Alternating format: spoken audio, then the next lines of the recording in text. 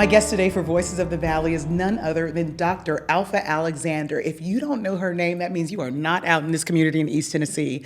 I am so honored to talk to you today. Well, thank you. Thank you very much. It's an honor to be here. Now, your legacy is one of sports advocacy, especially girls in sports, and even more specifically, Black girls in sports. Yes. So let's talk about where did this all ignite from? So when you were young, you wanted to play sports.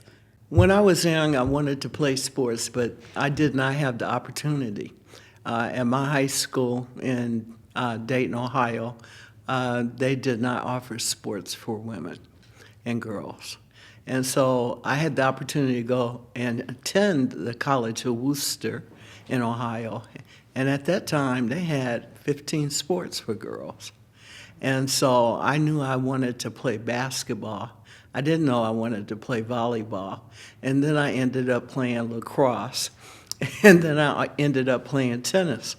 So I had the opportunity to play 4 sports while I was at the College of Worcester. The drive of women being in sport was 1972. And that's the year, was my freshman year at the College of Worcester. So Title IX just came in effect. And so we had an opportunity for girls to have the opportunity to participate in sport. But I knew there was something, I didn't know what it was, that I wanted to drive. So I had the opportunity to go from the College of Worcester to Temple University in Philadelphia. I was scared to death coming from a smaller community to a big city, but I had the opportunity to land a graduate assistantship in the women's athletic department. And so meeting Nikki Frank, who was an Olympic fencer, Tina Salone Green, who played field hockey and lacrosse on the national level and was denied to be able to go with the national team to South Africa because she was Black. We had the opportunity of Linda Green, who was a astute attorney, and so we had the legal mind, and we decided to formulate the Black Women's Sports Foundation. And so here we are, 30 years later, still kicking. Okay, but you're naming all these sports, and usually when we think about, women's sports, especially with Title IX, you first think about like basketball. You named lacrosse. You named volleyball. Were those untraditional sports, especially for a young Black woman at that time? Non-traditional at that time was tennis. Field hockey, lacrosse, sports such examples of those were the lack of minorities participating. But also think about in terms on the administrative level. I had the opportunity to come down, and I'm good friends with John Cronin at the University of Tennessee, and I also had the opportunity to be introduced. The athletic director at that time at Temple was the volleyball coach at UT, and so she introduced me to Pat Head Summit. And so if you think about, those were women that were involved in women's sport, but not very many women on that level in the athletic administration role. And so we fought at a much higher level other than non-traditional, intentional developing young girls in sport, but also in terms of other areas of athletic administration. Tell us a little bit about the foundation. What was the purpose of the Black Women's Sports Foundation? The purpose was to introduce young Black girls into non-traditional sport. And so over the years, field hockey, lacrosse, tennis in Philadelphia, my goddaughter actually is a tennis coach at Harvard University. Now she grew up through the whole system of that. But also in New York, I migrated to New York City. I encouraged Wendy Hilliard to formulate the Gymnastic Foundation, Wendy Hilliard Foundation, and the development of those young girls in that program in Harlem. And then also Peter Westbrook, who recently passed away about a year ago. But more than half of the fencing team for the USA comes actually out of that program in New York City. So the Peter Westbrook Fencing Association. So non-traditional sports was the emphasis that we wanted to get inclusion of black girls in sport. You're giving this resume, this bio, and you're up north and you're doing all these wonderful things. And I love it because when you circle back, it comes right back here to East Tennessee. You know, even though you went to school up in Ohio, your roots are right here in Knoxville and Morristown. Tell us about your family connection. Well, my father's parents and my grandparents were right here in Knoxville, Tennessee. And every Christmas and every Thanksgiving, we would come down from Ohio over to Clinch Mountain, driving on that one-lane highway down to Knoxville to see my grandparents. In Morristown, and I was the only child, so we would get a chance to go to Morristown because my mother was from Morristown. My father attended Knoxville College. They called him the GOAT. Oh, really? If everybody remembered that, because he played football, okay? And my mother was from Morristown, Tennessee, and she attended Morristown College. And so my father, Knoxville College, and my mother, Morristown College. So they would ship me off in the summer down here. I got to spend 2 weeks with my grandmother in Knoxville, and then, yay, I get to go to Morristown to play with all my little cousins. And that's very important when you're an only child, to go see your cousins. Yes, and one of the reasons I've returned back to this area is because of family, and family is very important. And so my cousins lived in Morristown, and I returned to the area to live here. And you immediately, I mean, she did not retire. She did not, I mean, I've never seen a resume so extensive. You have been a very busy woman with a lot of intention and purpose. So talk about Morristown and some of the things that you do there. The first thing I think about is diversity and your fight for that. Yes. Well, I'm the chair of the Morristown Task Force on Diversity, and I thought it was a very astute.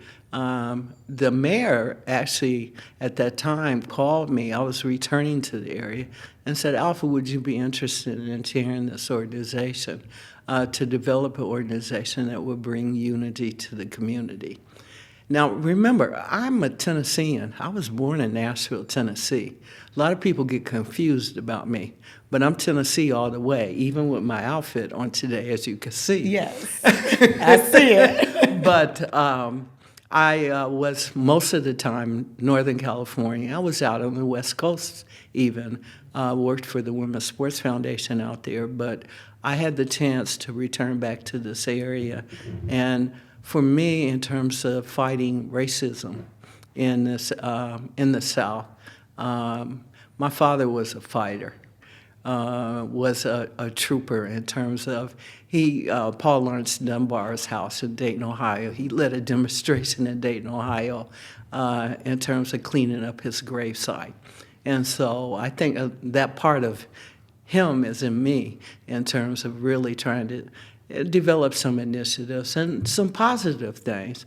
It's very important for our youth now to understand the history, but also to come involved and help mentor.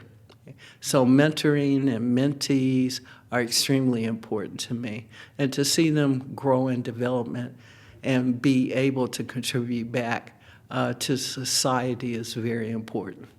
What has your time been like with the Diversity Task Force? Do you feel it's something the community has received, or are you all making waves? It's received all right because we're going in our 19th year. Right.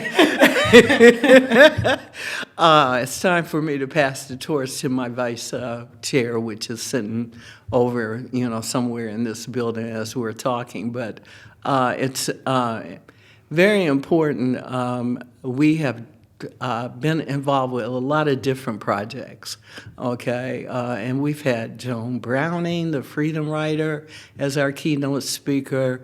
We've had all types of, Kim Hampton from the WNBA was there last year to talk at our signature event is the Martin Luther King breakfast. And so that's coming up. Being on January 19th, and it'll be at Walter State Community College Library this year. And Phyllis Young Nichols is our keynote speaker, and So we've had an array of different types of speakers over the years for that breakfast. So that's one event. But also, we've been very involved in terms of culture development in the city, the Wreath Across America, in terms of the veterans. You know, it says something about a city if they do not recognize and clean up in terms of the grave sites and the contribution that the people have really given to that community. So we've been involved with that identification of different grave sites and putting wreaths in veterans and honoring them. In terms of having a culture festival, Ola Lakeway, they have a huge festival, but we had the culture festival before we passed on the torch to Ola Lakeway. We were the first organization to fund Ola Lakeway and to start that organization to go forward. So Really? Betsy Hurst and et cetera. We were the first group that actually funded them to be able to go forward. So development of different things in the community. Another signature I'm very passionate about is Marshtown History Makers on YouTube. We're interviewing different individuals from the community because I think it's very important documentation and preservation of our history to see what did these people actually look like. They'll be able to look back and take a note in terms of what Marshtown, Tennessee is about. What has it been like being back in East Tennessee? You know, all my friends in New York say, "Oh, Alpha, you'll be back in another month." Right. Well, it's 20 years later, okay? It's been very rewarding for me to be able to be around family and care for one of my cousins that just recently passed away from dementia. But she was there when I was born, so she really has been a part of my life. And it was very hard to be able to see someone go through that. But it's been different. East Tennessee, you know, I'm afraid of heights and I'm afraid of mountains and bridges. So I was like, maybe this wasn't a good idea. You know, as a little kid going, it wasn't even called Dollywood. I remember my father used to take me up there for some amusement park, but I don't remember. Silver Dollar City? Yes, it was. Okay. Yes, exactly. You know the name. But when I moved back, I was like, "Oh my God, that's very interesting." It's changed. It's evolved a lot. Yes, it's growing, and it's been exciting in terms of what I've been able to see, and I've had a chance to really experience and see UT, the Lady Vols, really prosper and be able to go forward, and see Don Staley, South Carolina. I used to watch her play at Temple University in the Sunny Hill League during the summertime. They were like, "Alpha, you need to come over and see this girl." When she was in high school playing, she is something else, and so I've known Don Staley for a very long time. The development of the women's basketball museum right here in Knoxville is extremely important, I think, for the country and for the nation itself, and the contributions that they've been able to make in the sport. But Knoxville has really, really grown. Okay, Marshtown is really, really growing. It has. And I don't necessarily have to go across a bridge or up in the mountain. I'm perfectly happy sitting right here and coming to the Tennessee Theater to see some of the Temptations and the Four Tops are coming. I know. Getting my parents some tickets. Thank you for reminding me. You know, you kind of touched on some friendships you formed over the years. You talked about Joan Cronin. You know, one that really sticks out for me is Arthur Ashe, the late great Arthur Ashe. Can you talk a little bit about meeting him and forming that connection? Right. Well, Arthur Ashe actually sought me out. Oh. For some reason, I was in New York City. Not many people can say that. Exactly. And he, for some reason, thought I was still in Philadelphia. Well, I was actually living in New York City. And so the young lady that was actually involved in working with him, he said, "You go find Alpha." And she said, I know Alpha. She said, I'll bring her right to you. So that's what happened. He was double A and I was double A. That was our little joke between each other. Arthur was a jokester. We're on the subway at 42nd Street, and this man said, excuse me, are you Arthur Ashe? He said, no. And as the train approached 42nd Street, Arthur getting ready to jump off, he turned around, he told the man, I'm Arthur Ashe, and he jumped away. But Arthur Ashe was one of the most prolific athletes of the century, also intellectually. And it was very important to see an athlete in terms of how he gave back. I took him up to Harlem to speak to a young man about, decisions about college. And we're on this high-rise elevator. And once again, the people said, excuse me, are you Arthur Ashe? He said, I'm not Arthur Ashe. And as we go out off the elevator, we started dying laughing because he really is Arthur Ashe. We get in the car, and this is after he was diagnosed with AIDS. We get in a taxi. He said, I'll drop you off. And so we're going down. I said, now, Arthur, what are you doing for the rest of it? He said, I'm getting ready to be filmed. I'm going to the studio for 60 minutes. I was like, oh, holy. Right. So Arthur, but he was very intellectual. He was a scholar. I really admired him. But he was also very much and sort of nerdy. He was like, what kind of yogurt are you eating today? He'd be having some weird raspberry, all kind of crazy kind of stuff, But it was unfortunate. The Sporting Good Manufacturers Association had a national convention, and as we think about Arthur Ashe, he really didn't understand in terms of some of the marketing side and the potentiality. It was like, Arthur, are you coming to the Sporting Manufacturers Association convention? He said, yeah, I'm coming down there. They're going to have me showcase and sign. And I was like, Arthur, do you know the magnitude of the sporting good? This time it was Nike. All the manufacturers at that time were all together. And so I said, you know what? I know John Riddle. Let's have a breakfast meeting with him. Well, John Riddle fell in love with him. They gave him anything and everything that he ever wanted to sponsor. They flew up to New York, to tell him anything that you need. This was after his announcement with AIDS. Anything we will give. And so they were very, very supportive of Arthur. So how was that, how did that friendship change your perspective in terms of mentorship and giving back? Because you credit that friendship with Arthur Ashe and being with him on shaping who you are in terms of mentoring young girls and young athletes. Because he was a scholar, intellectual, but also in terms of how he really mentored and gave back. He in terms of the whole knowledgement, for example, a essay contest in the New York public schools, he didn't think about that. I thought about that, and for him to give back, he thought it was great when we had the awards. We had a big luncheon, for the kids and things of that sort.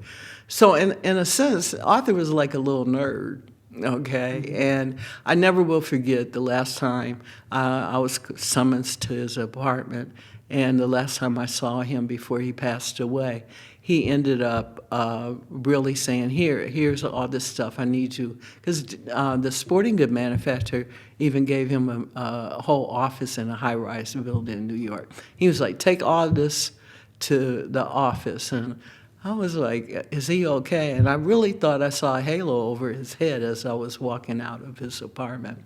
He writes a little bit about me in his last book. He said, I'm on Friday going to drop off this book to be published, and his final writings of that, and he did.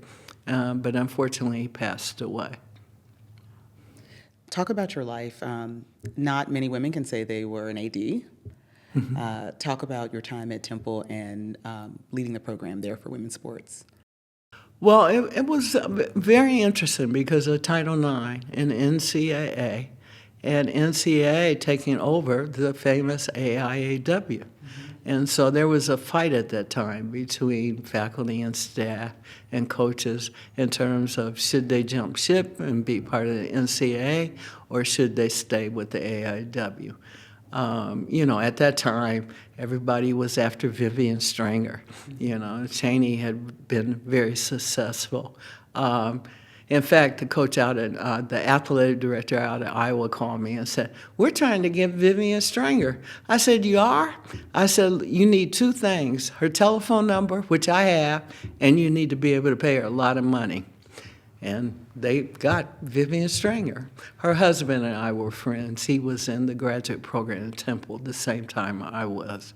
So it was a very tumultuous time because of the division of the participation of and development of women sports-specific programs, and not to be adjacent in terms of men's athletic programs, because at Temple it was two separate departments at that time.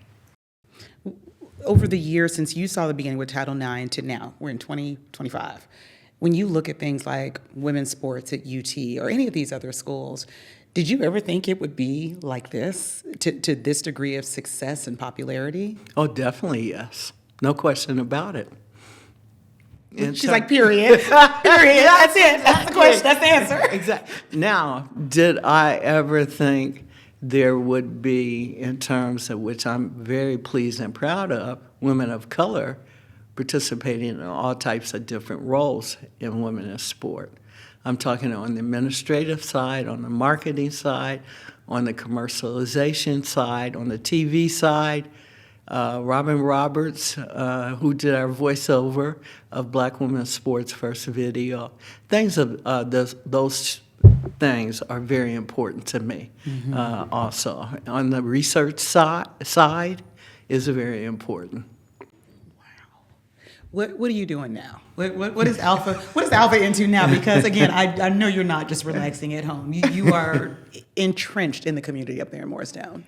Well, I work at Walter State Community College in the testing and counseling division. So I do that. I'm on the Planning Commission of the city of Morristown. I'm the chair of the Morristown Task Force on Diversity. So those are three things that I'm involved with. I have a lot of mentees, and so giving back and seeing their growth and development are extremely important. Madison McCoy, she graduated from Walter State, went on down to Alabama. We'll forgive her for that, and played basketball down at Jackson. But she completed and took advantage of the COVID year and completed getting her MBA. And she's now back here in Knoxville and being very successful. She's an accountant. I don't understand all those figures, but as long as she does. Right, as long as she does. So I'm very proud of her. She is one of my mentees. Brandon Branch, I just got off the phone last night with him. He was out at Kansas and just got his master. To see the growth and development, my youngest one is 15 years old down in Alabama. She's a basketball player. So I have an array of different ages of mentees that I am trying to see make it through life and be a contributor back. Your career has taken you around the world. You have traveled with the Olympics. Can you talk a little bit about your time with the Olympics? Well, I had a chance to go to Barcelona. I had a chance to be involved intimately with the Atlanta Games. I had the chance to go to Nagano, which I froze to death, and it's a small. The Winter Games are much smaller than the Summer Games, but I nearly froze to death over in Japan. And then I had a chance to Australia. So I led the U.S. delegation of the youth camp, because at the same time as the Olympic Games are taking place, the youth camp is taking place also. So a representation of each country the U.S. got 24 slots. And so the night of the bombing, I started early calling parents to let them know that your children were okay, because youth were away about an hour outside of Atlanta. They were nowhere near Atlanta during the bombing. The next day, we were supposed to be at the SWAT shop. That's the bulk of the bomb was. But all of our kids were fine at that time. Only had one parent wanted to remove their kid and have them sent back home, and then they calmed down and they allowed them to stay.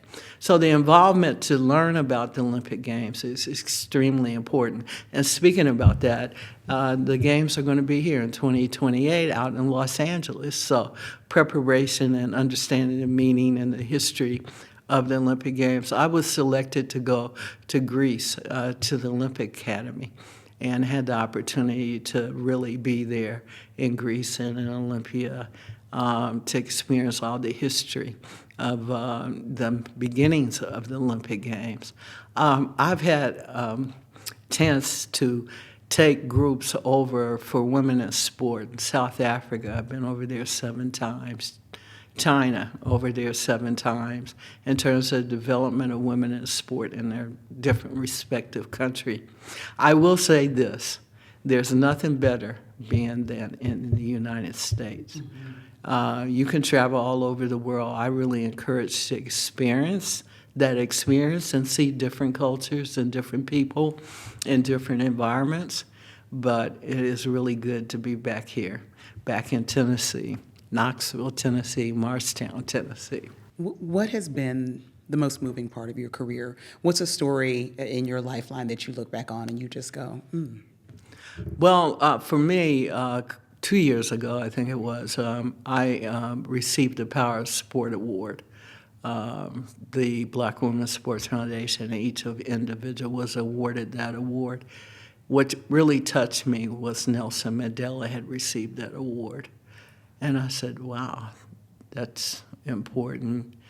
The Silver Anniversary Award that I received from the NCAA, when I went back to look at the previous recipients, I was like, Wilma Rudolph, President this, President. And no, I saw that. So she's talking about the NCAA Silver Anniversary Award in 2001. You know, Wilma Rudolph, Heath Schuler, Peyton Manning, Pat Summitt. You're in good company. Yes, I've been blessed.